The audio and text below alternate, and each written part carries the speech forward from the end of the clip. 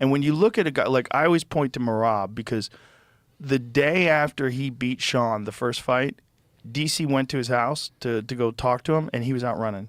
The day after. Like, that's a guy that does not stop. And that extreme physicality and that extreme endurance, because he is just constantly working, that means something. That counts. If you take months off, you take, like this was the thing that I was thinking about with John Jones.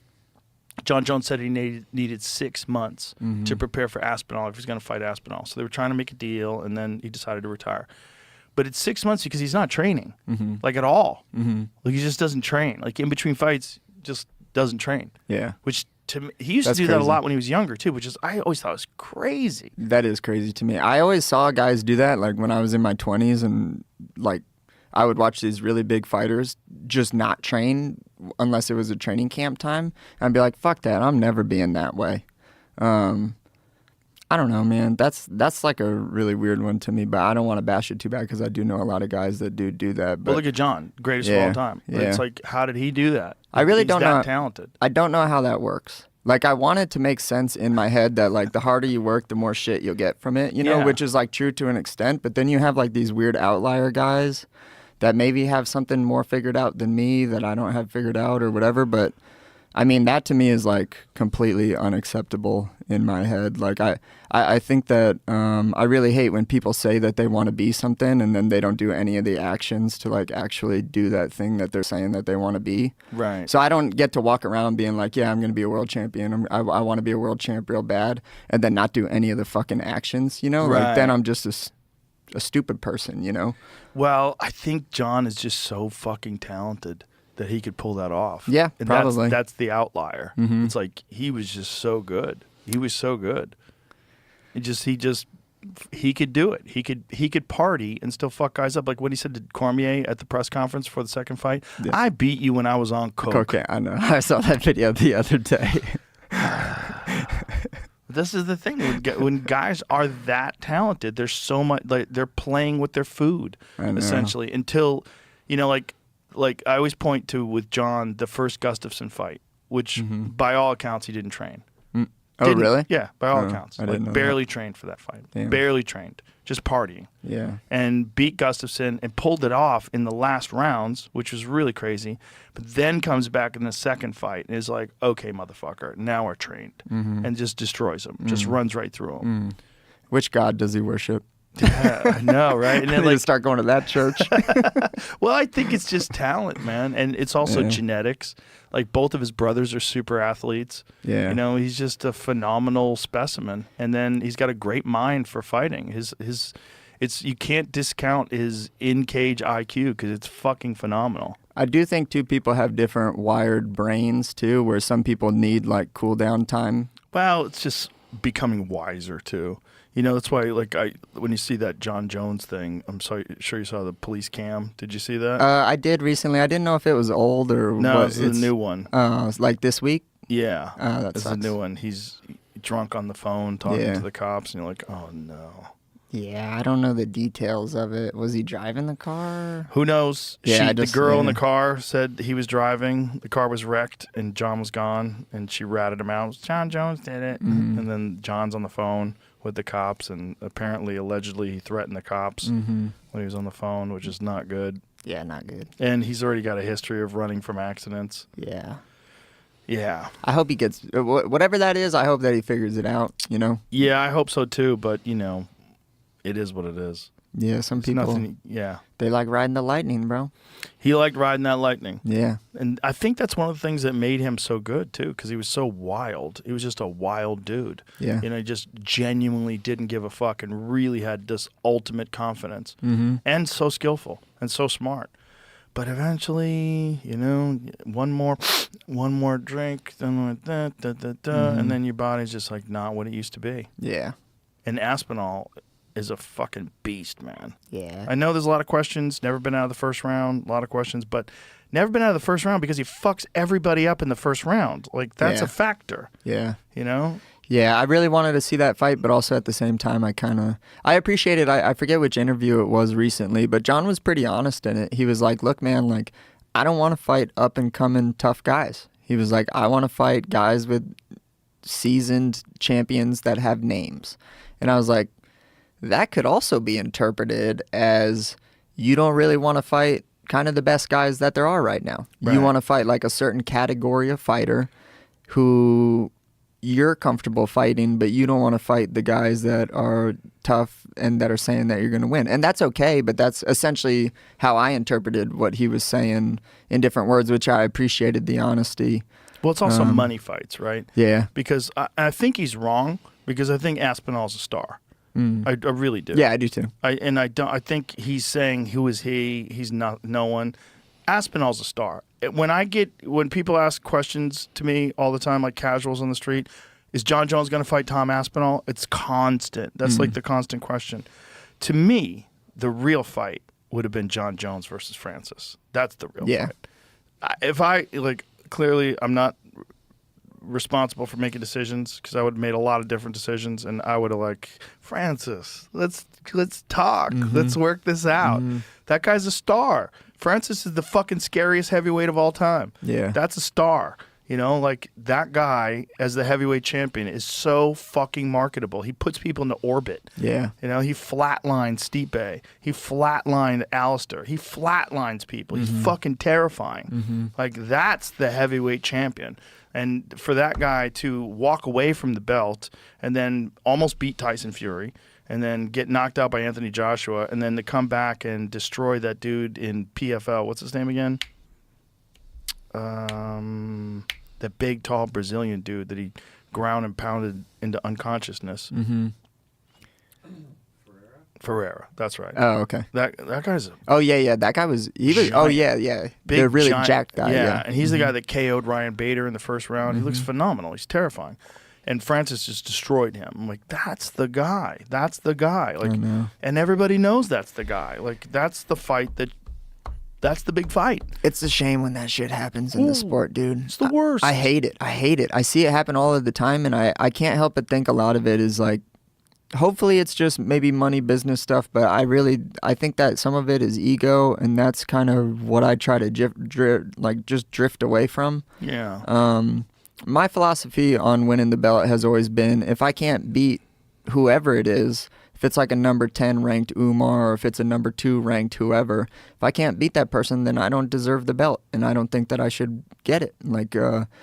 It clearly doesn't represent what it represents if it doesn't mean that I beat all the best guys on the way to doing so. Right. Not everyone really has that philosophy, and I get it, because once you start involving money, and then money is taking care of your family, which is what, is kind of an excuse to be greedy sometimes for people.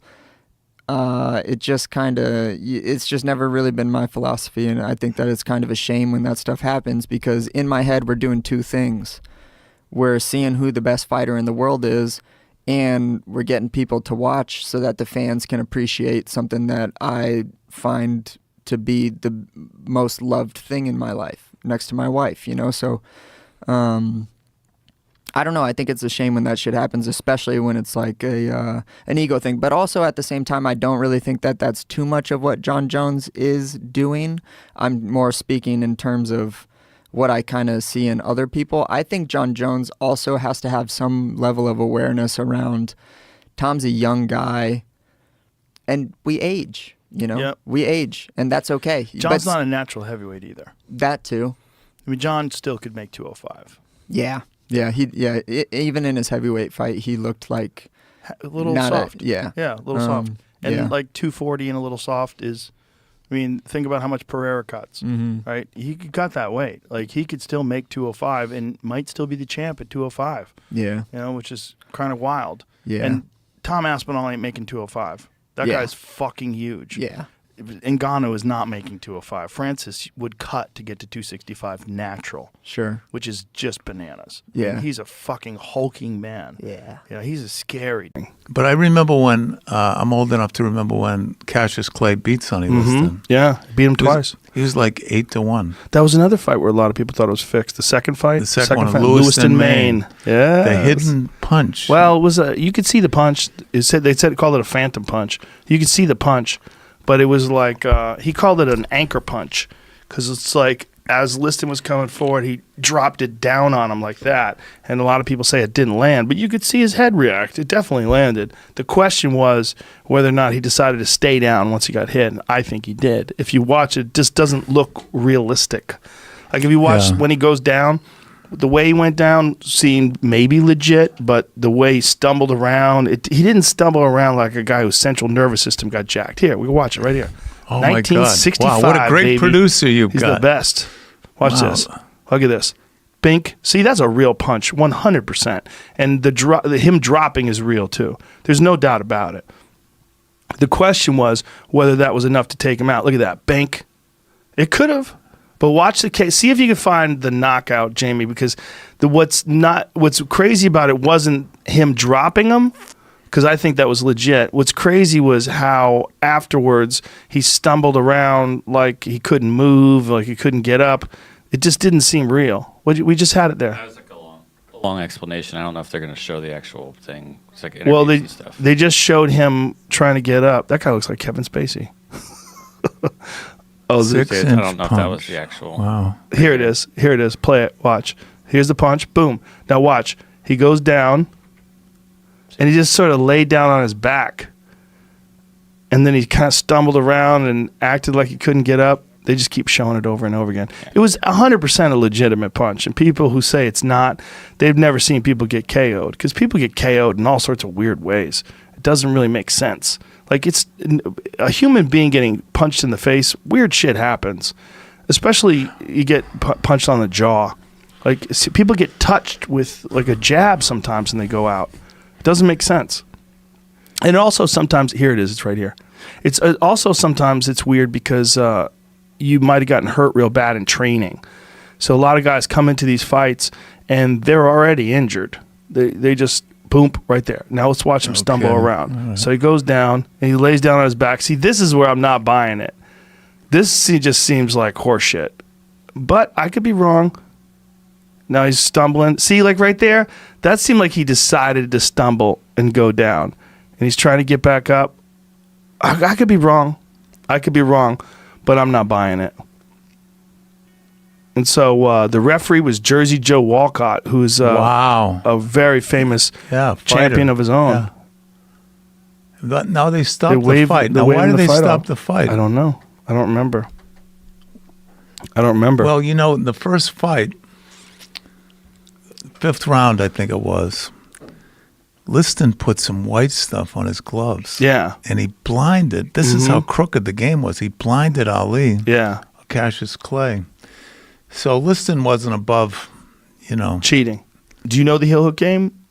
Not enough to really play it, but I spent a little bit of time picking the brains of people who are good at them. Yeah, I like it. I enjoy it.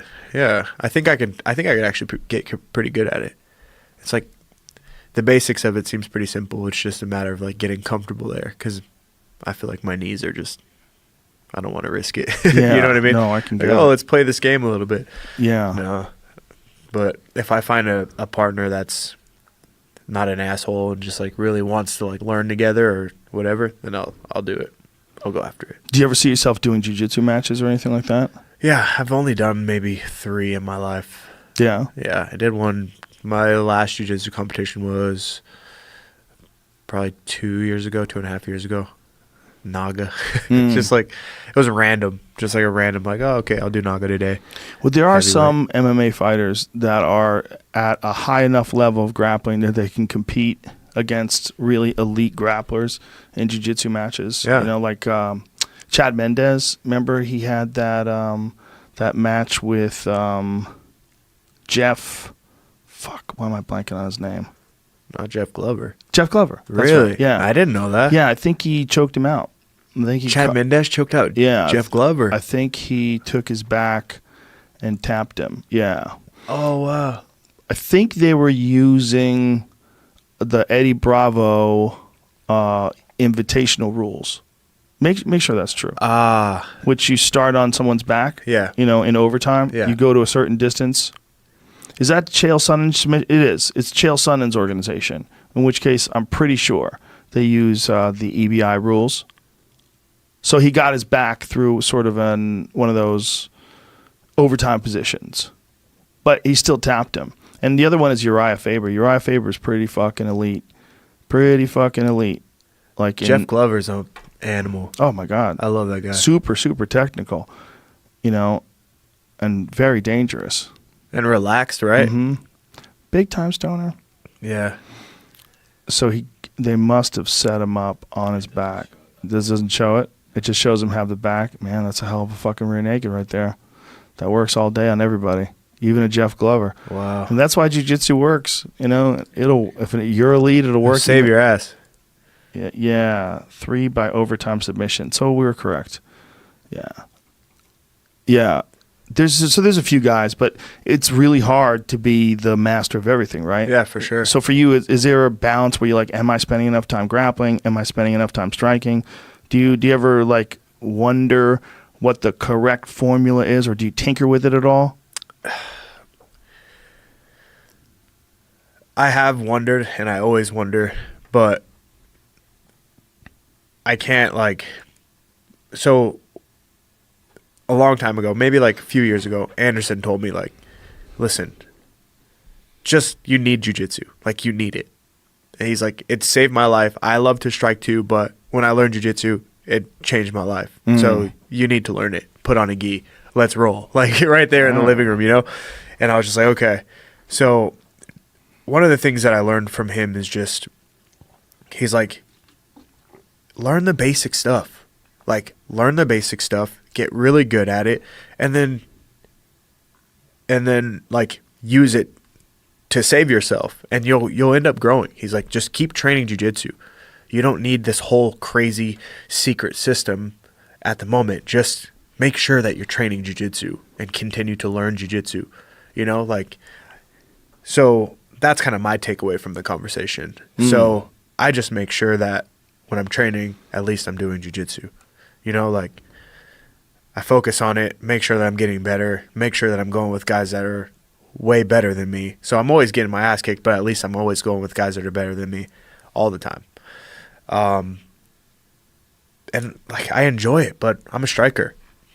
That's it. Like I enjoy it. I know that I need it. It's my job. I know that it can get dangerous if I go against, if I go against a guy who's high level jiu-jitsu. I know that. I understand that. And I'm very aware of it every time that I train. And so I make sure that I do my job and I go to jiu-jitsu class, but I'm a striker and I'm always going to be focused on that's always going to be what like my go-to. Anybody, whether it's a striker or grappler, I don't care. I'm going to train striking and I'm going to train jiu-jitsu too, but I'm going to my striking always. Do you think that is like you're letting everybody know? Are you trying to trick people and then next fight you're going to shoot on folks?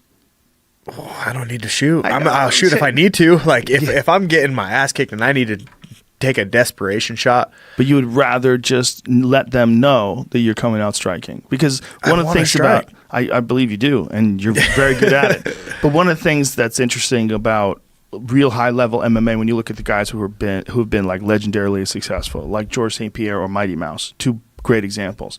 One of the things is you never knew what the fuck they were going to do to you. Mm-hmm. And that overloading the mind with possibilities is a part of their success. It's like how much of a part? It's a good question. Do you think that there's an argument for using the skills that you have, which are quite spectacular, with that sort of style that incorporates way more takedowns, way more takedown attempts, way more feints, just different combinations of things, so you never know what the fuck is happening at any given time? Or do you think that it's better to just be the best striker you can and that'll be enough? You stop those takedowns, that'll be enough. For me? For you. Or just in general? For you. I think for me, it would be the best to just be the best striker. Just because you enjoy it that much more. I enjoy it that much more. I think, I enjoy that much more. I still have a lot to learn, a lot to grow, so that it's always going to get better. I don't think that's going to get bad. I'm still learning a lot, especially what you guys got to see like a few weeks ago. Yeah. Like, that's only the beginning. Like everything even before that was like non-existent compared to like the type of training that I've been doing. So I'm really excited. So I'm like, Muay Thai is a lot more than just punch, kicks, and elbows, and that's all the striking. It's So you're a just mind so game. It's infatuated by it right now. Yeah. You just want to focus on it 100%. yeah. Like there's guys like think about like Michael Vinden Page, right? Mm-hmm. Like before he fought like Paul Daly. I'm sure that guy trains a lot of grappling as well. And it shows like if he gets in positions, like he's knocked out guys from weird positions. But when people watch him fight, they want to see like they trust in his stand up. They're like, oh, this guy's gonna do some crazy stuff. Yeah. And I kind of want to be able to do the same thing, not crazy like whirly stuff, but when people watch me fight, they know what to expect, and that's just like bulletproof striking. You know what's good too is the rap. When guys gonna fight, like Rapping at the hands. well, no, it's like I used to beat guys like you up on the way to a fight. Practice falling, asshole. All that shit. I like that. Just like in basketball, the Trash talk. trash and talk. Yeah. Sometimes it works. There's the thing about when someone gets inside your head, if someone's really mean Well, to you. I was kind of thinking that when you see Liston and Ali, right? Mm-hmm. Yeah. How could it looked like Liston was like afraid of him? How could he be? Well, if you go back to he's that stronger. fight, the reason why, and this is Ali did this on purpose, he acted like a crazy person because he's like that. Sonny Liston was a bully, and Sonny Liston was a big, scary man. And what he felt like Sonny Liston would be afraid of is a crazy person, someone who wasn't afraid of him. So in all the press conferences and all the different things leading up to the fight, he would scream at him. He would show up at Sonny Liston's house and honk the horn in the middle of the night and get on his lawn and scream and yell at him. Like he did a lot of crazy shit to Sonny Liston to fuck with him psychologically. He wanted Sonny. He wanted won. Sonny. He did. He did it psychologically. Didn't He wanted Sonny Liston to think that he was a crazy person, and that that he would never stop. Yeah. And he essentially did it. And there was one point in time when they were. Let me hear some of this.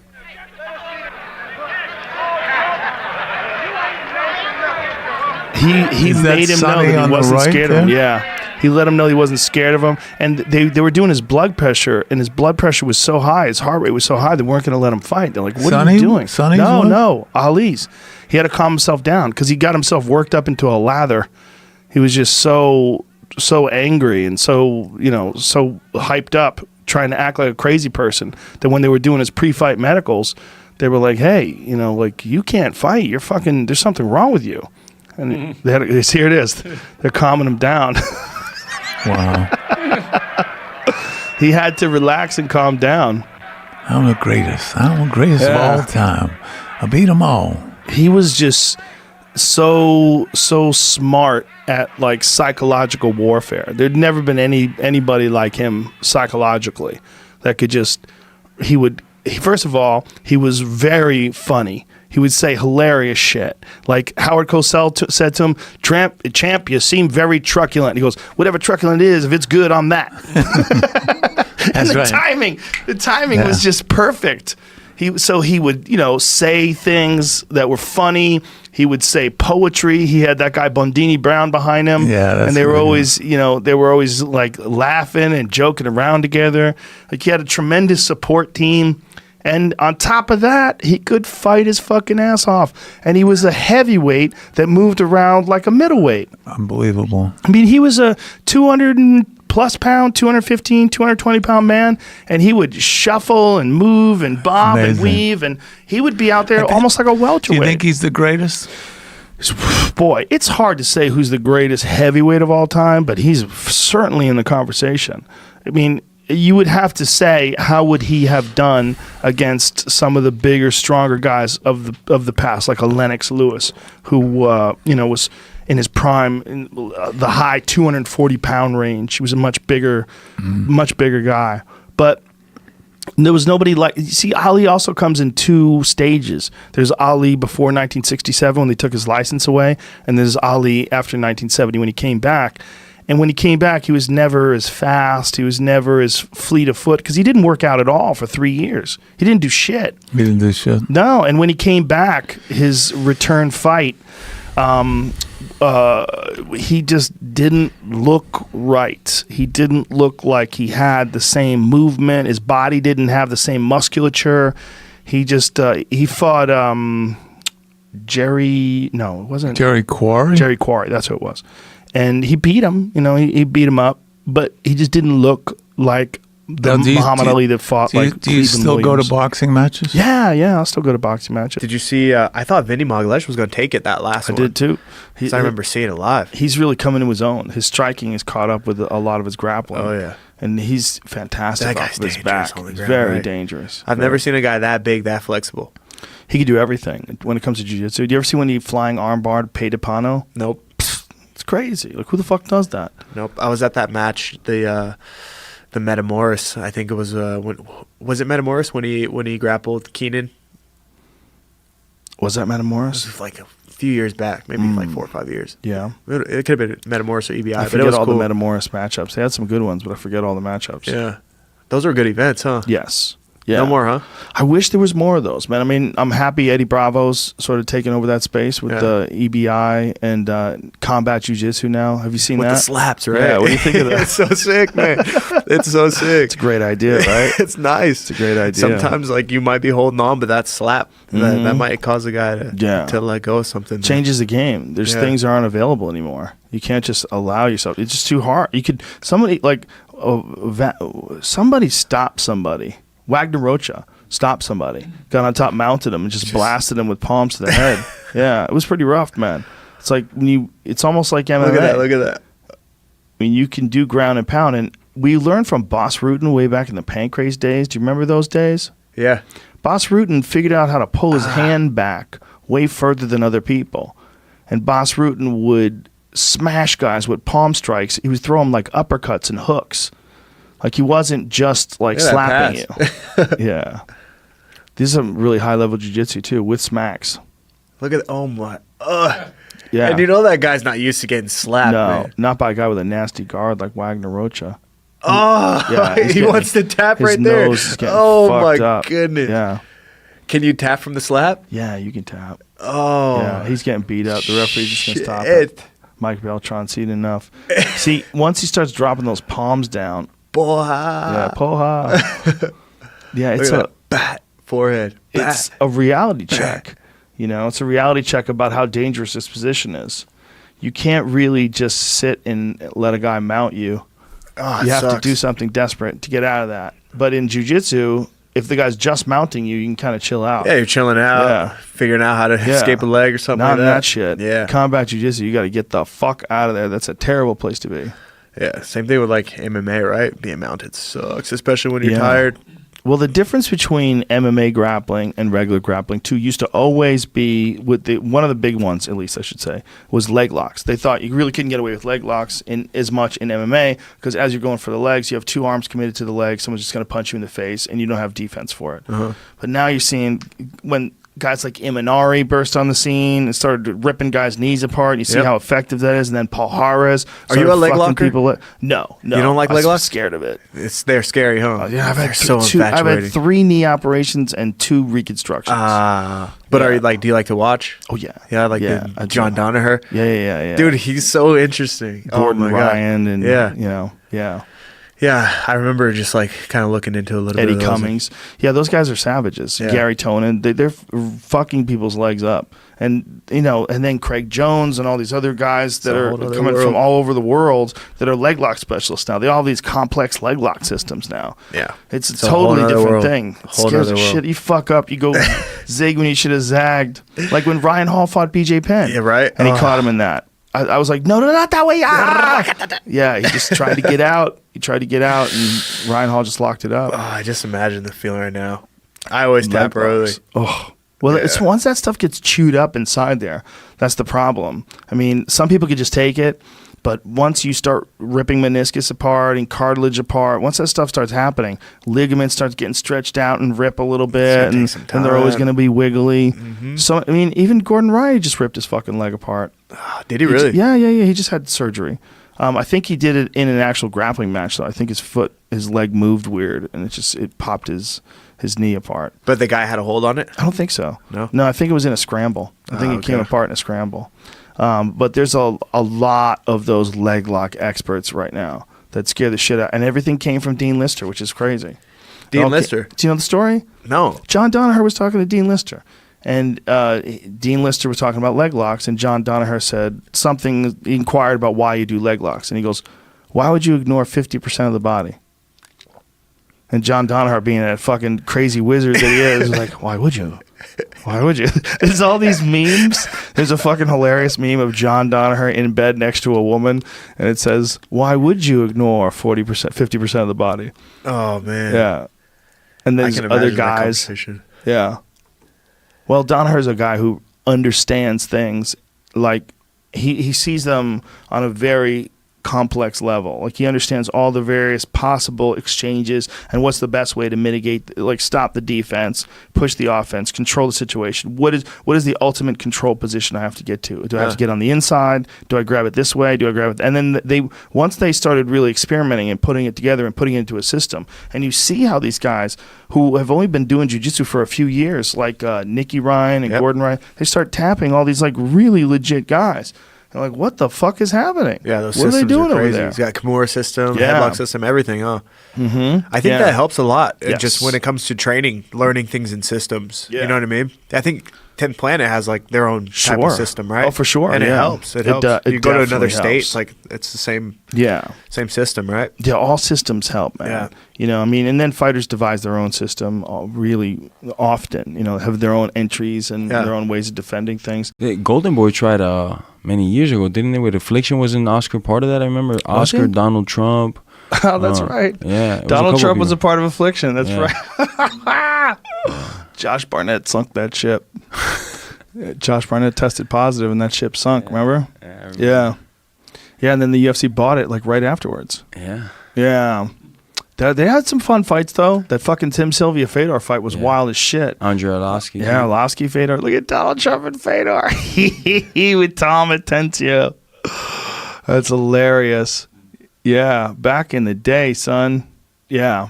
Donald Trump and Tim Sylvia. That's hilarious. He was a totally different character back then. Donald Trump was like a fun guy. Like, everybody liked him. You want to he be was like always Donald at the boxing Trump. fights. So. Yeah, people liked him. He'd get cheered on. Now people are so fucking mad at him. Same guy. Nah, they don't see him that way no more.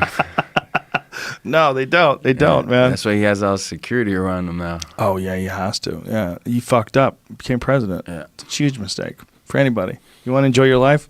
Don't be fucking president. Yeah, he could disappear, get facial surgery or something You think after so? this. Of course. Plus, you get that booklet with all the secrets of the history. Just for that alone. the CFR book. Just for that Who do alone. you think gives you that book? Is it the CIA, the NSA? Or who comes to you with the book? Some guy with no face, nothing. Just No face. Yeah, like the guy with the Walks blotter away. and the mask. What is the Watchman? Who was that guy? Ink blot. What's his name? Rorschach. Rorschach. Yeah. That's right. That guy. Yeah, he comes to you. He comes to you with the That's book. gotta be it. What do you think's in that book? We all know what's in that book. Tell me. I don't know what's in that book. You don't know what's in that book? What's in the book? You think I'm gonna say here and what millions of people listening get killed? I can't say. Oh. I seen the book, but I can't talk What do you about think's in the No, book? I'm joking. No. What do you think? If you had to guess, I wouldn't even wanna let's guess. say President Jorge, your first day in office, Mr. Masvidal. What would First- you like to? What would you like to go over first? Is Elvis still alive? What about Tupac? Where the fuck Tupac. you keeping him? Where's Tupac at? Who else? What's going on with these aliens, bro? They real? What's That's really mine. happening? here? Number one. Number one? Number one. I want to know about aliens. I was hoping. This is my hope. When all these people are screaming in the streets about Trump, like, no! I was hoping the moment he gets in, he's going to ask about aliens. Because Trump's into conspiracies. Like, he used to go on the Alex Jones show all the time. I know he's into conspiracies. If you were going to be the president, the first thing you'd ask is fucking aliens. What do you got? See what's going on here with these green fellas? Yeah. What do you How think about- is going on with them? I don't know. You live in Florida. There's plenty of aliens down there. Nah, we don't got. Oh yeah. We got a lot of aliens, different types of aliens. Do you notice a big difference between like female athletes and male athletes? Like, okay, because fighting is a pretty, I don't want to say exaggerated, but it's an interesting thing where, you have men and women kind of differently, but doing the same thing, if you will. Yeah. Do you notice a difference in their mentality? Well, they vary so much individually. That's what's interesting. It's like you'll find even male fighters who are like super laid back, and then you find other ones that are really intense and super emotional. And it's really hard to tell. Like there's Gunnar Nelson is a guy from Iceland. Do you know who he is? I know who he is. Yeah. Fantastic jiu-jitsu guy. You cannot get that guy to change his expression. It doesn't change. You can punch him, kick him in the balls. He stays stoic. He's a weird guy. Yeah. He's very on one side of it, and then there's like guys like Conor McGregor, who's also his training partner, who's on a completely different side of it. He's screaming and yelling, talking shit to everybody, and that's part of his flair. Right. They vary so widely, and that's true with girls too. Some girls are brash and outrageous, and they get in other girls' faces and put their knuckles on their nose, and they're at the stare down, and other girls bow and they hug and they take selfies together. It's like everyone has their own sort of approach to it. Yeah. It's very interesting. It is interesting. Fighting intrigues me, in that I think it's interesting that you're trying to be offensive and defensive at the same time, dealing with fear, like all these things happening simultaneously. And I then I look at it one step further with a female, because I don't know. I'm interested to know how if a female can fight from not a non-emotional place, but without her emotion. Like, just like, okay, I'm in my male, I'm in my athlete, and I'm not going to be like, oh, she didn't just kick me in the ear, and like freak out. You know what I mean? Like, because I think about myself and I'd be like, I've only been in one fight my whole life, and the girl hit me in the face, and when I saw my blood, I was like, oh no, she did not just hit me in the face, and then went crazy. But if these girls could be like, because they're so well trained as an athlete, how that can supersede, like, or override actually, like this that feminine impulse of like a reaction. That's a masculine impulse too, though. I think it's a human impulse. If a guy punches you in the face, you get furious. It's so hard for people to not get emotional when they get hit. Yeah, because you want to get it back. That's a good point. It's a very bad way to react in a fight, to fight with emotions, because you expose yourself. Right. You leave yourself open for counters. You miss your rhythm. You're not as deceptive in your emotions. You're too obvious in your pattern, and so many times you get hit a lot more. Yeah, it's a big problem with fighters. That emotion is a very big problem, and the wanting to break people, like letting them hit you so that you could show them that they can't hurt you. That's a masculine thing too. Mm-hmm. Stupid. It's very stupid. Take it on the face on purpose, and then just like, come on, hit me. That's what you have. Yeah. And then that's a terrible emotion though, because you can get completely knocked unconscious doing that. Happens all the time. It's just the smart thing to do is to fight with correct technique and with a correct strategy, meaning you have an understanding of how to execute best. It's not to just wade in and let bombs fly. It's you have to be very precise in your tactics. You got to be very smart. I think it's interesting though, those sports where there is that. I mean, listen, versions of it is football. Living with Laird, obviously. He always says he appreciates Mother Nature, because it's like you make good decisions, you're rewarded. You make bad decisions, you pay a price. But I think it is very interesting when you have two humans strategically trying to deconstruct one another. The physical chess that goes on, like looking at it from another athlete's point of view. I think it's a unique person that wants to put themselves in that situation. Yeah. It's like, I understand almost like, a surfer and a wave and a rock climber and a mountain. I get that. Like, I'm going to be a part of that. Mm-hmm. But I find it really interesting. And even I'm even more curious about women, like, who say like, yeah, this is going to be my sport. They vary so widely. Like there's Holly Holm, who's... she just seems like awfully sweet. She's so sweet. She seems like she'd bring you cupcakes or Meanwhile, something. she'll murder you. She'll kick your fucking head clean off. I saw that. I mean, listen, I saw that kick. But then it's like, I'm so sorry I made you these after, like chocolate chip cookies. It's like, okay, I'll get it, when I come back from the hospital. Right. I don't know. It is interesting when you see girls like that. Yeah, well, they're all different. I always want to know, do they have brothers? Like, were they rabble rousing and that their whole time, and it wasn't, and they learned to play, and it wasn't personal, and like, a little contact was okay. I was like, okay, now I got to change the way I fight. Well, there's also the win bonus. Right. I mean, especially now. Did they have the win bonus back then? Mm-hmm. Yeah, that to me is a real issue.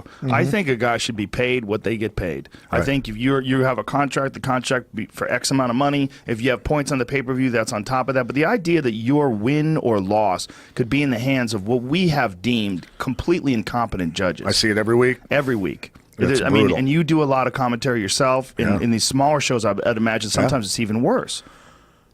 I mean, we've gotten in trouble to the point where we had people come to us and go, look, the promoters at from different organizations, when there was really, really bad decisions. You know, when I was working with Michael Chiavello especially, we were brutal on the athletic commissions. And we'd hear about it and go, you guys need to back off. I've heard it too. I've heard it from athletic commissions too. But I'd say go fuck yourself. Yeah. There's guys in there that are fighting for their life. They literally train for months and months. And someone who literally doesn't even understand martial arts is giving these guys a decision, a loss or a win. Yeah. And that's 50% of their money. I mean, that's crazy. I remember the first time I witnessed it as far as a coach when my IFL team was fighting in Texas. We were fighting, I think, Boss's team. And I looked at the judges, and all of them, one of them had a bouffant hairdo, an old lady, and then two old guys with white hair. And I went back to the locker room, and I go, guys, you can't let this go to the judges. They're like one foot in the grave and the other on a banana peel. They know nothing about what they're watching.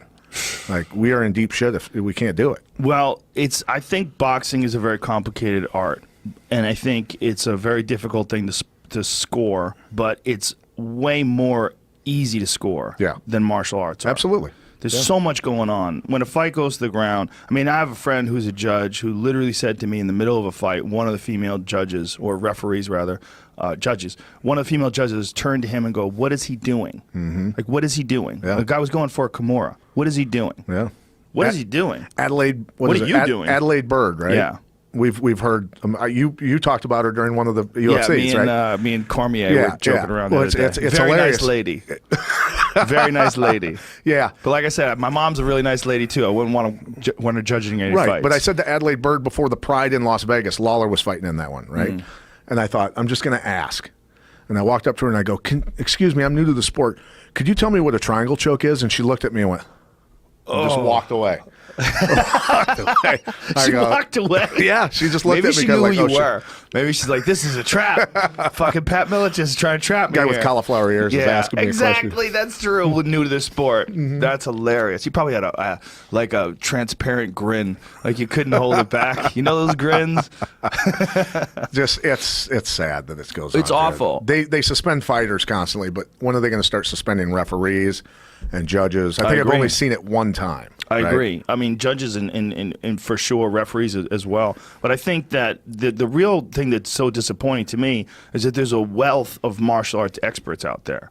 Like, there's so many. Yeah. There's so many good coaches that would be great judges. There's so many great ex-fighters. Yeah. There's so many people that are just really well-versed in martial arts that'd be able to tell. And I also think 3 people is a ridiculously small number.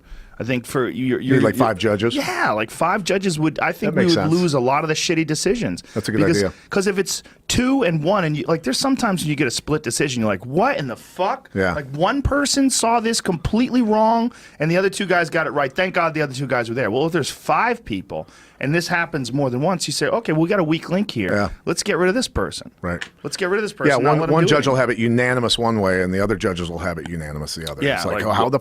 It's impossible. They should be held accountable. Someone should have to sit down with them and say, "You gotta explain. Like, what are you seeing? Like, let's watch the round. Yeah. Sit down with me and tell me how you think this guy who's getting the fuck beat out of him is winning." It's criminal, dude. Some of the kids I've seen screwed out of. It's heartbreaking. It's heartbreaking. And it literally is like stealing money from these kids. Yeah. You know, I mean, I just don't like the win bonus, man. I just think it's I don't think anybody fights harder for it. See, and I don't even necessarily subscribe to, fight of the night and knockout of the night and stuff like that. Yeah. I don't. I think they just bring back the yellow cards for stalling type stuff. Right, but how Pride did it. Yeah. Right. I think that's a great way to do things. And when Pride did it, what did they take, 10% of your purse?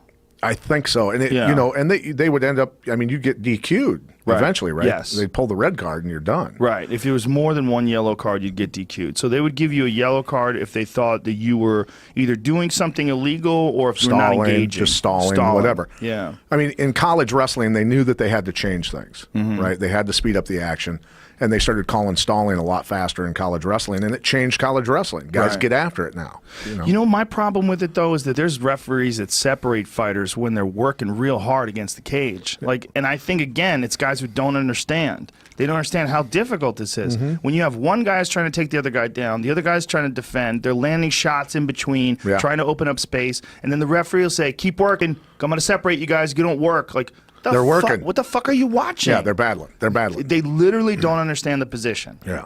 And that's a giant problem. Think about how many referees have never truly trained. Right. A lot. A lot lot. of 'em. And if they did train, it was a long fucking time ago. A lot of the guys going in there with big fat guts and they just How many times have you called fights in all the years you've been calling fights and been saying, he's out, he's out, Yeah. he's out, stop the fight, stop the fight, stop the fight? I wonder if you're so close to it that you don't see it as well. That's not an excuse. It's not an right? excuse. Because, No. you know, you've trained for so many years in martial arts, right?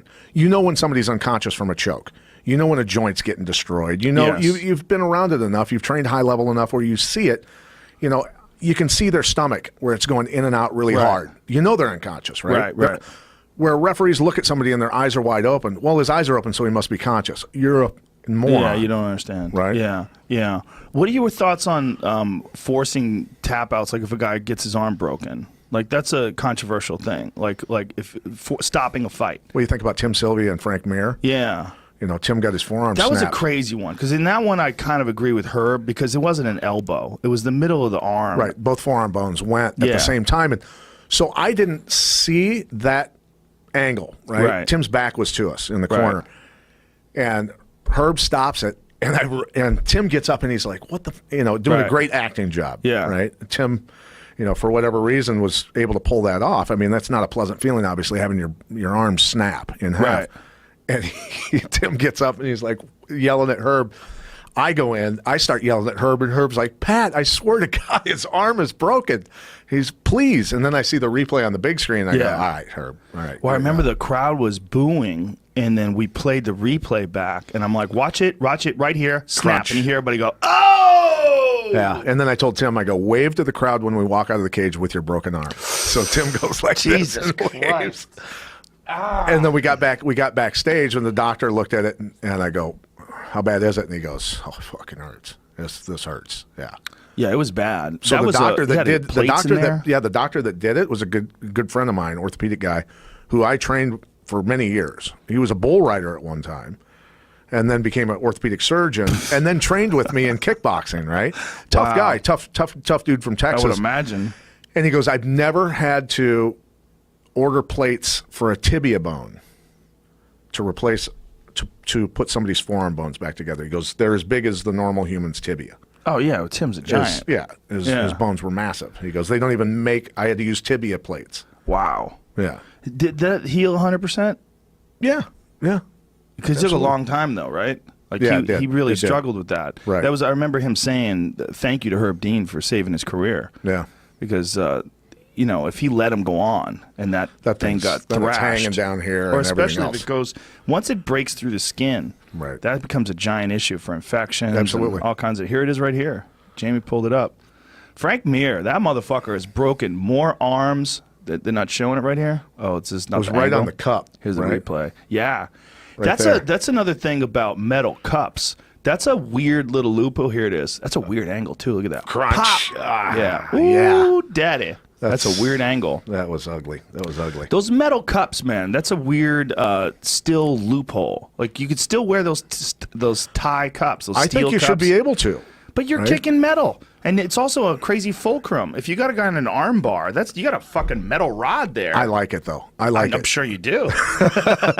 Yeah, there was like Elite XC and Elite that. XC. Yeah, and then and Strike Force. Those were two legit venues outside the UFC that really kind of, because the UFC wasn't as big back then. Right. and then they were pretty legit. And they were more you could get Yeah. it. You didn't have to pay-per-view it. Right. You could actually just watch it. Which is what Bellator has going for it too.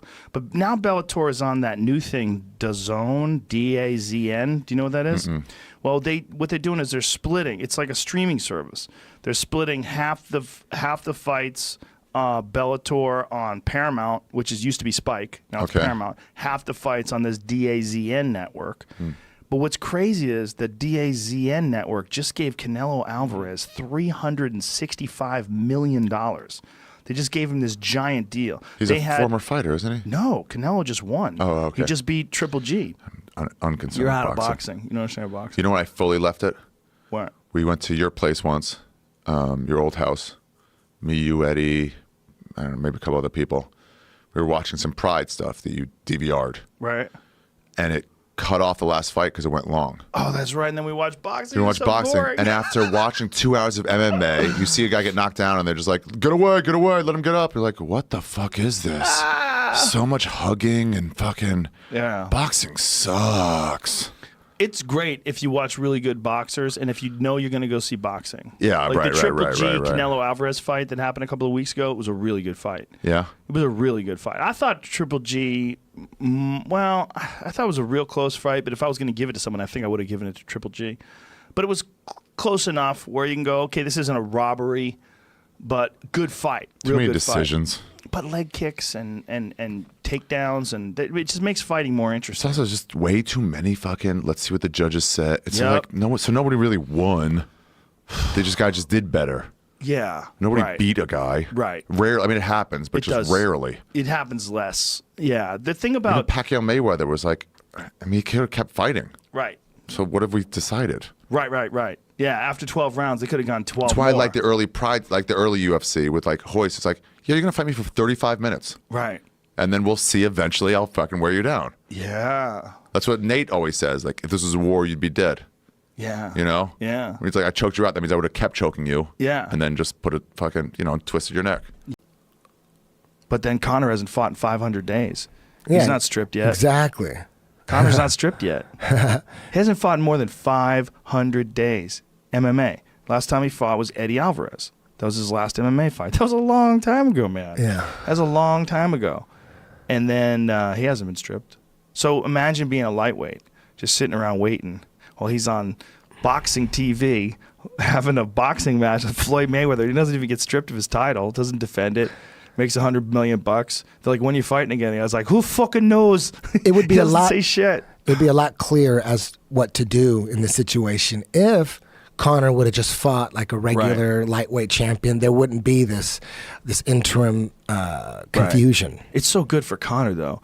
All of it just makes him bigger and bigger. It's like they even changed the rules for him. I mean, like, think about that. For him, like, it just makes him bigger. He hasn't fought in 500 days. Who fucking cares? He's just rolling around in a bathtub full of $100 bills every day, just diving in there and swimming. He can do whatever the fuck he wants. Yeah. Did you see that documentary on Netflix? No, I didn't. It's really good. Really good. Yeah.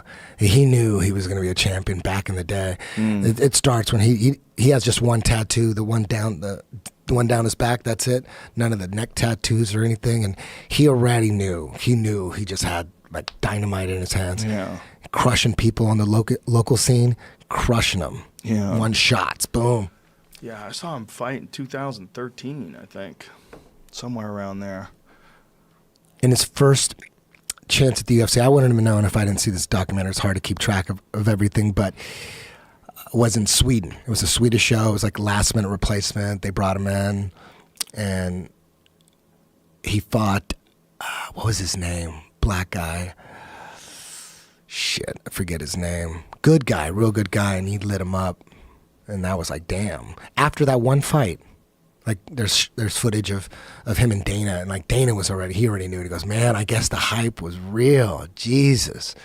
My favorite fights with him are the two fights with Nate Diaz, though. You know why? Because those are the fights where he couldn't put someone away. Just crack him and put him away. So you had to see him fight. Yeah. He had to fight. Yeah. And it's a totally different game. Like, if you see what he did to Eddie Alvarez, that was a totally different kind of fight because he stung Eddie early, had him hurt, and he was his. He owned him. And then he fucked him up and stopped him. That was a beating. What round was that? think it was a second. I think it was a second. Yeah, he barely made it out of the first, right? Yeah, barely made it. I mean, he got fucked up from the get-go. Conor just had his number. He's way faster, way quicker in like covering distance. Just like laser beams at night. And I don't think Eddie fought right. I think Eddie was a little bit too caught up in the moment. This is the big hype of the fight, getting to fight Conor McGregor, and he just got fucked up. And Conor had his hands behind his back and standing right in front of him, chicken necking him, and then popping him in the face. Like that was ugly. So that, like what year was that? That was 500. That was 500 days ago. Like that kind of fight is a great fight for Conor, but that's all hammer. When he fought Nate, he had to be the nail through a lot of that. Yeah. The whole fucking second round of the first fight, when Nate got him down, was the second round submission, right? Wasn't it? I don't know when he submitted him, but did Nate submit him in the second round? What are you looking at me funny? You got something? These fools pull out more than I do with my dick. That's what Conor said. These fools pull out more than I do with my dick. I like how he had to specify with his dick. So he must have only pulled out 4 times max. That's not that great. The fights with Nate were fights. He had to dig deep, and he lost the first one. He got beat up. He got taken down. He got his back taken. He got choked. He tapped. I mean, he fucking lost that fight. And then the second fight, he drops Nate, but he can't put Nate away. Nate gets back up. They're going after it. There's fucking times where he's got to stand and walk away. He's got to walk away because he's too tired. He can't engage right now. So he walked away a couple times in those exchanges. Those were dig fights. What's this, buddy? Round two, yeah. Yeah, okay. Submission, rear naked choke. 4 minutes and 12 seconds into round two. Yeah, he beat him down, wore him down, and then stopped him. And the fight that Conor won, could that have gone either way? Yes. Right? There was arguments, right? Yes, very close fight. I don't remember that much. I think under the new rules, Conor probably would have won because see this crazy shit they're talking about Conor McGregor fighting Floyd Mayweather with no shoes on in an MMA cage with MMA gloves. You can clinch, but no takedowns, no knees, no elbows, no kicks, no submissions. But clinch. You can clinch. You can fight from the clinch. Yeah, but Mayweather is an animal there also. But still, come on, let one kick be illegal. The kick would end it. If he had kicks, that would be the difference. That's it. But Conor, even fighting from the clinch, you could tie him up. You could tie him up and hold on to him and hit him like Randy Couture style. You remember when Shane Carwin fought Frank Mir and tied him up and just obliterated him with uppercuts, just boom, boom. Shane was a monster. But then again, he chooses to stand there. I don't think that Mayweather is going to choose to stand there. If he gets grabbed, he pops out. He needs to. Well, why not? There's no knees. It's not like he pulls him to the knee and he gets kneed in the face. You see what I mean? But he can clinch with him. If he can clinch with him, if they're standing on the outside and Conor can grab a hold of him, how is Mayweather going to shake him off? He's not going to.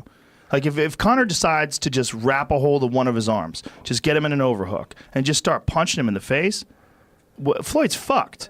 His whole thing is boxing. His whole thing is boxing moves, but he's shoulder rolls, moves. He's not going to be able to stop Conor from grabbing him. Conor's a bigger, stronger guy. If he grabs Floyd by the back of the neck and holds him in place and punches him in the face, Floyd's fucked. I don't think he understands. When you say the clinch is okay, if you could strike from the clinch, he's fucked. I'll put my money on Conor all day if he can strike from the clinch. Now, if they just have MMA fight with boxing gloves, or a boxing fight with MMA gloves, rather, that is a different thing. That's a different animal, and I think Floyd's just so much better than him. That's what I thought that you meant. No. I mean, clinching. What I read, the only difference, they're not going to let him kick, they're not going to let him punch, they're not going to let him elbow or knee or takedown or submissions, but they'll let him clinch and punch from the clinch.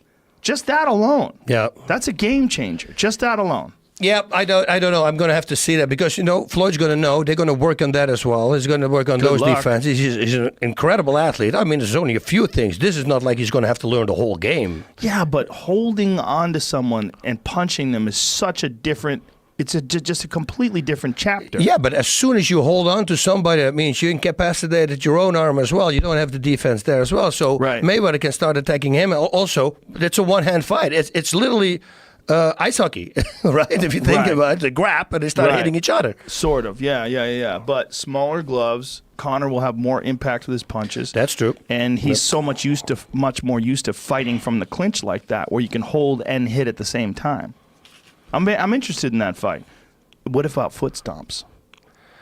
You know what? That's what last time I heard somebody say. The always super effective foot stomps. So give me one fight that ever got stopped with a foot stomp. Never. Ever. It's annoying. It's annoying. I know it's probably a shit ton of money they gave him, and that's all well and good. Short-sighted. But if you wanted to do it right, this is what you say. You say, listen, dude, we got to get you an amateur fight against a guy who's, well, he might not be. It depends on what he's trying to do. But if you wanted to get an amateur fight against someone who is of similar skill level and similar experience level, so you feel what it's like to be going after it. Jeff Mayweather on Floyd Mayweather's MMA move, he might actually whoop CM Punk's ass first. Floyd versus CM Punk? If they do I will sell the shit out of that fight. I will be on Showtime going, good to see you, Joe. This is an amazing fight for the fans. God. We got one hell of a fight coming up. My heart... Be still, my heart. They might do that. They might do it. Oh, my God, my heart. And you know I'm going to be involved. My heart. I can't take it. My heart is flying out of my chest. If I saw Floyd Mayweather across from CM Punk, I'd be like, this is not real life. Yes. Dude, that's the fight. Who wins? Right? Well, listen. We know that Floyd can't fight Conor in an MMA fight. I mean, that's he silly. can. Let's take that out of the equation. But the odds of Conor losing are so astronomically small. Minus 100,000 favorite. Like, whatever the fuck Vegas puts on it, that's cute. No, like, I don't care if it's 10-1. I don't think they're going to do 100-1. that. No, they're like, we don't have odds for this. You guys can't make money off this. I bet it's going to be like 900-1. It's going to be something ridiculous. Crazy. Some Buster Douglas madness. Buster Douglas is only like 42. It's crazy. This is going to be insane if they're smart, because Conor's going to kick his legs out. He's not even going to get a chance to come close enough. He can do whatever he wants. Conor's going to kick his fucking legs out. He doesn't have any chance. And then if Conor decides to shoot in and clinch, he's going to clinch, and he's going to ragdoll him. Well, he could jump to half guard and do what, literally name a submission. 9. That's a slap in Conor's face. Minus 900. Who the fuck made those? Oh, this is nonsense. No, odds. That's a joke. That's These someone on odds? ShareDog. Real odds, you can take it At right Bovada? now. Oh my God. These people are crazy. Can I put my life savings on that? That's the easiest money of all time. They're off by a factor of 10. Fucking. Listen, if this fight takes place, Floyd doesn't have a chance. What about Floyd CM Punk though? Now you got to fight on Floyd's your hands. got a real chance. Yeah, Floyd KOs him. Yeah, Floyd's got a real chance. Unless CM Punk figures out a way. Well, also CM Punk way bigger. Okay, let's be honest about that. CM Punk is a guy who was wrestling probably like 190 pounds, cut weight to get to 170 to fight in the UFC. You saw it though, son. Yeah. Well, he's not on anything. Well, I don't think he's on anything. WWE's pretty loosey-goosey. WWE's like it. Right, but I'm pretty sure he's, at least according to everybody that I've talked to and everything I've heard about him, he's a real straight edge. No drinking, no drugs, 100%. No steroids. I'm not saying he is. He looks like it. He looks right like now he is. He is clean as they come. Right, but I think he always was. I really do. And I don't think he's lying. Yeah. That said, Floyd Mayweather is the fucking greatest boxer maybe of all time. At least on paper he is. I mean, look at these accomplishments through multiple weight classes, undefeated, 50-0. I don't care if the last fight was Conor McGregor. He's still 50-0. That's fucking insane. Insane. Yeah, dude, he's on another level of everybody who's on another level. What this fight is like, it's like you and your buddies at a bar, and Floyd walks in, and your buddy goes, who has no background ever, maybe did some performance arts in high school, and you look at him and go, can you beat up Floyd Mayweather? And then you guys find out, you're going to get punched in the fucking face very fast and multiple times. The question is, can Floyd fight the same way he fights with big gloves with MMA gloves? The reason why I say this is because Floyd's broken his hand multiple times. He's had some serious surgeries on his hands. Now, maybe they've cured it, and maybe it's fine, but we all know that for the longest time, Floyd preferred like a puffier glove a bigger when he glove fought. Protection. But he hasn't had hand problems in a while, so maybe he did fix it, and his hands looked fucking great against Conor. How many pay-per-views does CM Punk Floyd do? And where do we stop? This is where you got to come in and cut this shit out. Because I heard Morgan Freeman throws a mean sidekick. He could sell pay-per-views. Do we fucking sign him up? Yeah, man. Do you know what I'm saying? Yeah, like, who's where do he we gonna stop? fight? George Clooney? No, Larry King. Morgan Freeman versus Larry King. To the death. They're going to die no matter what. Someone's dying. Someone is dying Someone's before they make dying. the cage. Once they start swinging, we might lose them both. Good God, man. It's crazy. It's crazy we're even talking about it. It's crazy there's odds of Conor versus Floyd in a mixed martial arts match. And you know what else is crazy? Is Floyd's actually considering it. Floyd's talking to Espinosa at Showtime about an MMA fight. I think he's going to make $500 million. Me too. I'd fight anyone on this planet. I'd fight Francis Khabib in the same night for $500 million. $500 million. It's really possible. I mean, they really might rake it in with that fight. And the UFC's going, cha-ching, Floyd cha-ching. might be willing to do it if they imagine if they made a deal to do 2. He goes, all right, I'll tell you one more MMA. Well, I'll do one MMA and one more boxing. God, just woo! And you know there's a market for it. Fuck him up again. And you know there's a market for it. That would be crazy money. And the actual MMA heads are turning over in their graves. They fucking hate this. I think you could sell it. I think if Conor decided to give like 5-6 months for a training camp, Conor McGregor in talks over a stunning $500 million rematch with Floyd Mayweather. That's You know what? crazy. Get your money. I can't wait. Get your money, man. I can't wait. Get your fucking money if you're Conor. Cannot wait. But I would say CM Punk, because this is what happens. That like CM Punk over Floyd? CM Punk would have to figure out how to get the takedown. If they could agree to meet at like 160, something like that, maybe Dude, CM Punk if I'm can make CM 160. Punk, I tell Duke Rufus, take this one out, and I army crawl over to Floyd because he can't kick him in the face, and I just get a hold of his leg. It's a complete shit show, and I fucking just sweep his knee, that little tiny scrawny ankles out, and I crawl on top mount, and they stop the fight. What if Floyd Mayweather knows karate? Wheel kicks his head off. Seriously, what if we've never seen it before? He's been hiding it behind closed doors, And he comes then out he like comes out Machida? sideways and starts throwing side kicks. And you're like, no, Whoa. And CM Punk goes, no, fuck.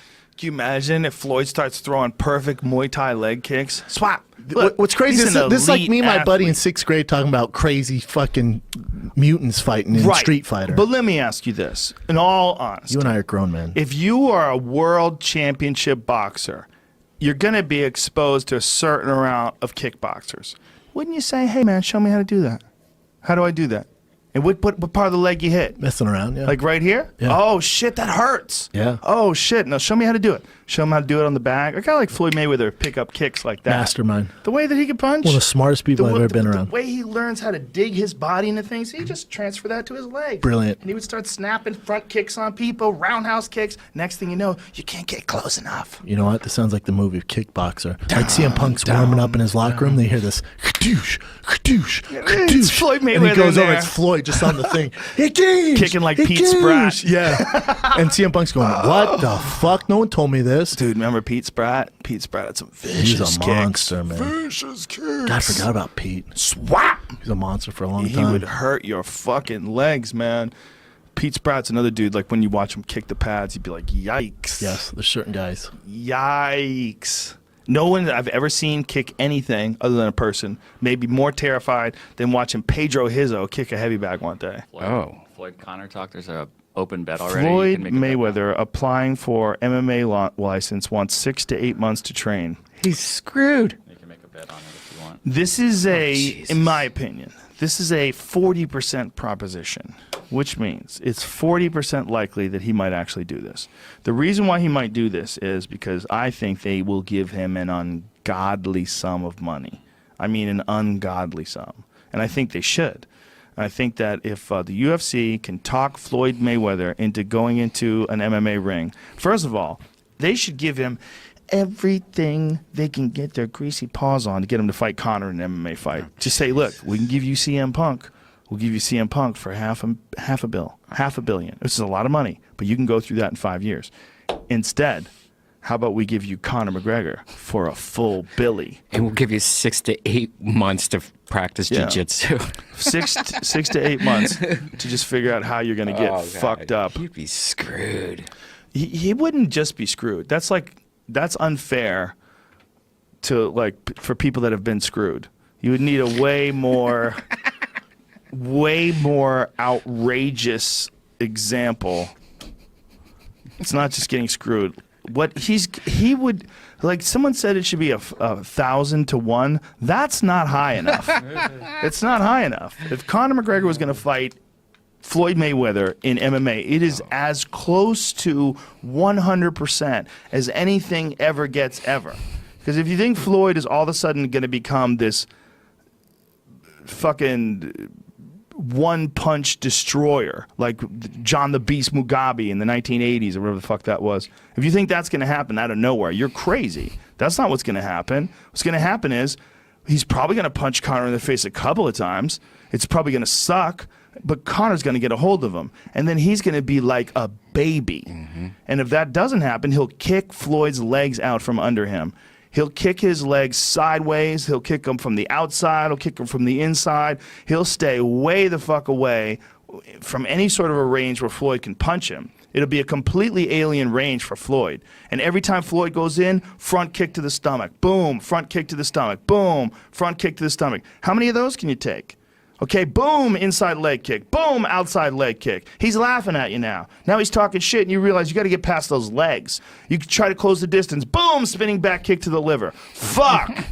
What are you going to do now? What are you going to do now? You're going to be picked apart until he decides to take you to the ground and cut your face open with elbows. How about that? How about he pins your right arm down with his left shin, gets on top of you, and just starts smashing the edge of the elbow into your eye sockets, into your nose, cuts across your forehead, slices you open like a fucking melon. You don't have a chance. No one has a chance that hasn't had a long history of grappling and getting kicked. It's like a regular boxer is like, especially the best ever like Floyd, is phenomenal at what he does. But if you put takedowns and kicks into that, it changes everything. Changes everything. He'd be fucked. I wonder if he's done any training at all. Well, I know that he's talked to Tyron Woodley. And Tyron Woodley was apparently willing to help him prepare. That would be very interesting because Woodley's had some issues with Conor. I don't think he's going to fight Conor, though. I think if he does choose to fight MMA, I really believe the correct move is you fight someone like CM Punk. Because with CM, you got a guy he's been training in MMA for a long time now. It's been a few years, not a long time, but a few years now. He had one MMA fight in the UFC, but was very overmatched. It really wasn't fair, like, for him. Didn't make any. That kid, I mean, it's just the difference between the two of them. You know, Mickey Gall is a real professional elite fighter. I mean, he can beat really good guys, and he's just not in that world. Like CM Punk's a 40-year-old guy who is a professional entertainer, who is basically a beginner. Right. But he knows enough where you would bet money on him. He knows enough where you're like, imagine if CM Punk, who is a big guy, he cuts down to 170. And compared to Floyd's fought it, like, I think he started his career, I want to say 130, 135. Well, go to Floyd Mayweather's beginning fights. But at the very least, he's definitely fought at 145 as a grown man. He's fought at 155. CM Punk's way bigger. He's just a way bigger guy. So if he could figure out a way to get the fight to the ground and like lock in something simple, like a guillotine, if he has a good guillotine, that's what I would say. If I was going to work with a guy like that, I would say we're going to concentrate on one fucking choke and we're going to get that thing down to like laser beam, perfect precision. So if you just spent all your time doing like one Marcelo Garcia style choke, just figured out one good choke, one where you know that if you get that chin down, you tuck it in and slap it on, one choke, whatever it is, that you know how to close that fucker up 90% of the time on people that know how to defend. There's a lot of guys who have that. Like maybe they'd have a triangle or maybe they have a head and arm choke's a good one. That's a good one to master. Some guys just finish most people with like that one choke. If he just had that, and just got Floyd to the ground and just got his neck, it's super, super possible that he could win. Like, it's possible that he could win. But it's also possible that Floyd can win. That's what makes that interesting. Because Floyd is still one of the best boxers of all time, if not the best. Still a fucking elite athlete. Still light speed in there. Like, with his footwork and his movement, his head movement. He's so fast. he's going to be way faster than CM Punk. So if CM Punk can't get a hold of him, and every time he moves in, he gets his face lit up, pop, pop, pop, pop, with a dude who's fast as fuck with 6-ounce gloves. Now he's got 4-ounce gloves on, very little padding, and he's catching you right on the chin. Pop! And you can't do shit about it. You're trying to close the distance, and he's stutter stepping and moving in front of you. And CM Punk is not like the best kicker in the world. I'll buy it. But he'll have to fight Mayweather if he comes to MMA. That would just have to be. No. You mean you'd have to fight Conor? Conor. No, he wouldn't. You don't think so? No, he'd get killed. He would literally get killed. I know, but he would get smashed. If he ends up doing MMA, everyone wants to see that. No, that's what everyone wants to see, for sure. That or Ronda and him fight. That would be a good fight. Yeah. I don't think he's going to do it. I don't think he's going to fight McGregor ever in MMA, but I think he might fight CM Punk. I believe that. I believe that could happen. I know that's not even like official talk, but I really believe that can happen. It sounds crazy, I know, but the whole thing sounds crazy. It sounds crazy to think that he could fight anybody in MMA, that he would be willing to do it. He must know something. Because he could just go into boxing. He must know that his time as a boxer is just done. I don't know about that, but you are. Listen, man, it's an honor to have you in here. Thank honestly. you. You know what? I've been watching your show for a long time, and you're a contrarian thinker. I love it, and you've prompted a lot of people to think differently, right? Maybe. I think information prompts people to think differently. Well, when they get pounded with it enough and hear it enough, yeah, eventually it starts to sink in, right? Yeah, I think so, man. And when you talk about guys who have been around. Like you are one of the real pioneers of MMA. It's one of the reasons why I really wanted to have you in here. I remember back when you were fighting. I remember back when you fought Matt Hume and what was that like? And Extreme Battle. Yeah, that was John Peretti's thing. I mean, right. Dude, you've been around. You were the early days, bare knuckle. Yeah. No, and the thing is, I always tell people. Didn't you fight Dan Severn? Yeah. We fought to a draw. Who was 270 pounds at the time? Yeah, and he was still obviously pretty tough back then, still pretty mobile. It was not a fun fight, I can tell you, carrying his weight around for 30 minutes, but it was tough. But Matt Hume is the guy that made me realize that I wasn't a fighter yet, because I was 15-0. I think I was ranked 4th in the world. I fought Matt, ragdolled him for basically the whole first round, threw him around like a ragdoll, but he was just biding his time and waiting, and he caught me with some knees and damaged my nose. And the referee and the doctor stopped the fight, because back then it was very controversial. They didn't want a guy with a crushed nose or whatever. And so they stopped the fight. But I realized at that point he knew a lot more than I did. Yeah, that was an interesting fight, because I totally disagree with that stoppage. And I was watching, I was like, this is crazy. How could you stop a fight for a broken nose? Well, and I got headbutted. I used to spar with a lot of pro boxers. And I got headbutted by a pro boxer, and he separated the cartilage from the bone. So that gap is still there. So that's what they felt. My nose was bleeding a little bit, but so that's why they stopped it. Right, but broken noses are just normal. It happens, right? And it's not dangerous. It's like maybe somebody saw those movies where you like remember in a movie a guy would hit the bottom of a guy's nose and drive the bone up into his brain. It's like Mike Tyson talking about it, right? Yeah, he did. He hit him like this and push the bone up through the brain. That might be the worst Mike Tyson impression I've ever heard. I'm gonna let that go though. I'm doing my best, man. Yeah, but back then, nobody really knew like what was dangerous, what wasn't dangerous. It wasn't like a body of fights that we could draw upon. And I was doing televised debates with politicians at the time. Were you really?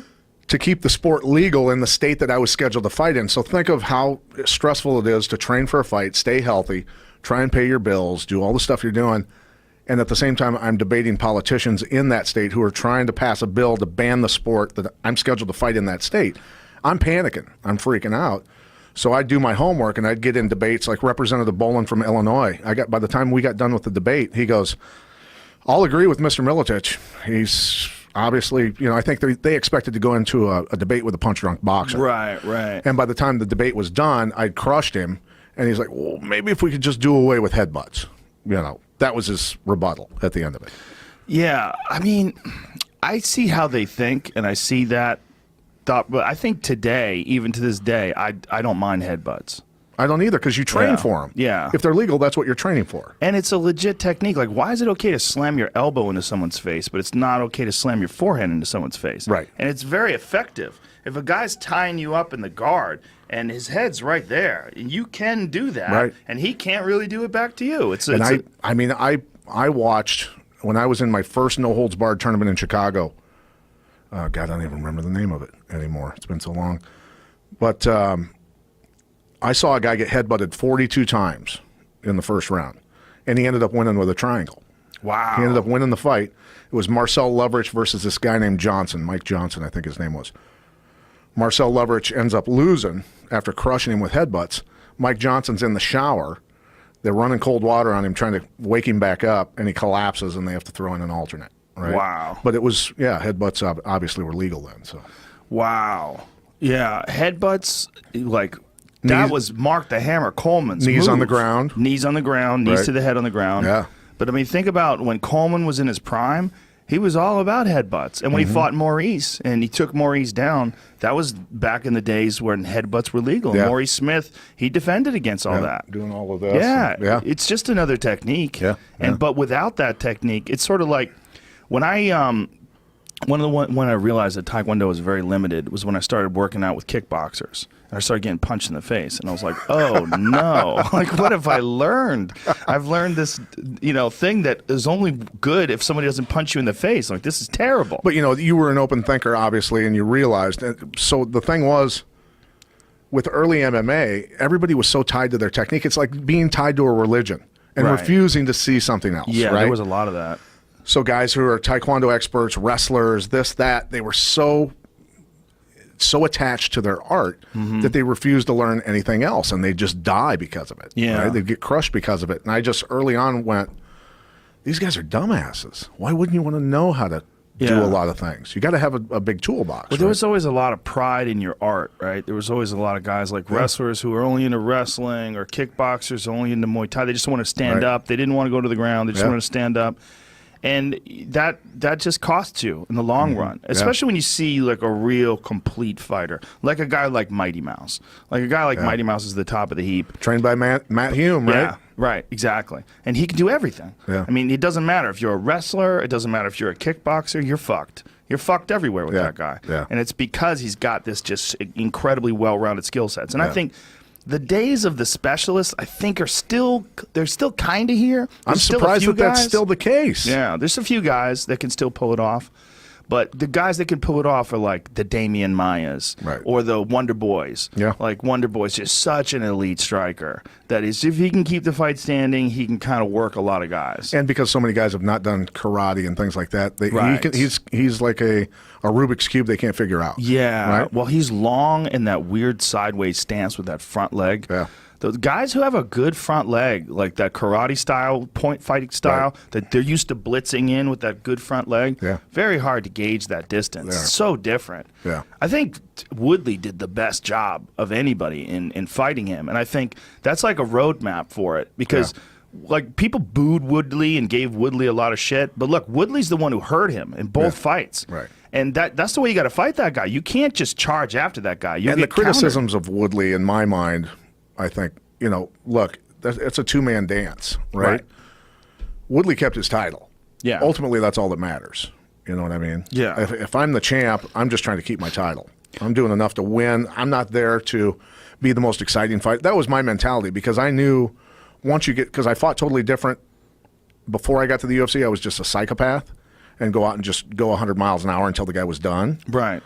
But once you get in the UFC, then it's, okay, we can cut you if you lose.